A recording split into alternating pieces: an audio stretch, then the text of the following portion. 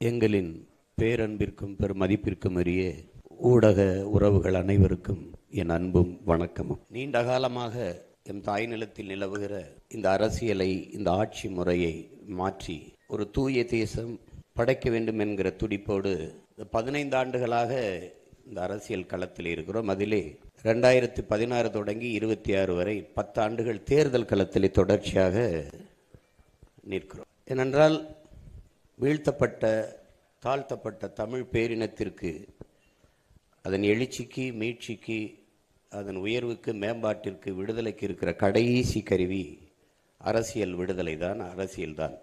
அந்த நிலையில் ஒரு எளிய பிள்ளைகள் எந்த பின்புலமும் இல்லாது பணம் இருக்கிறவர் தான் அரசியல் செய்ய முடியும் என்கிற நிலையை மாற்றி, மக்களுக்கு உண்மையும் நேர்மையுமாக உழைக்க வேண்டும் என்கிற மனம் இருக்கிறவனும் அரசியல் செய்ய முடியும் என்ற நிலையை உருவாக்கி, இது மாற்றத்திற்கான எளிய மக்களின் புரட்சி என்ற முழக்கத்தை முன்வைத்து தொடர்ந்து களத்தில் நிற்கிறோம்.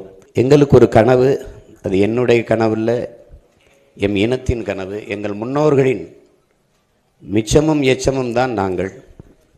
பன்னெடுங்காலமாக என் முன்னோர்கள் தூக்கி சுமந்து வந்த கனவு, அதுதான் எங்கள் திருநாட்டில் எங்கள் நல்லாட்சியே. அது அறம் சார்ந்து ஆட்சி செய்த மறவர்கள் கூட்டத்திலே வந்த பிள்ளைகள் நாங்கள். அரசியல் பிழைத்தோருக்கு அறம் கூற்றாகும் என்கிறது சிலப்பதிகாரம்.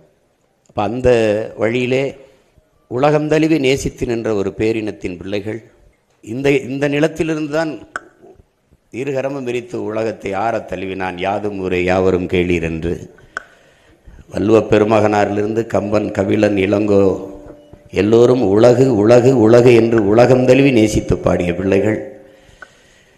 இந்த நிலத்திலிருந்து மறுபடியும் உலக பொதுமைக்கு ஒரு அரசியல் கோட்பாட்டை முன்வைக்கிறோம். அதை தேர்தல் அறிக்கை என்ற முறையில் இல்லாது ஆட்சியின் செயல்பாட்டு வரைவு.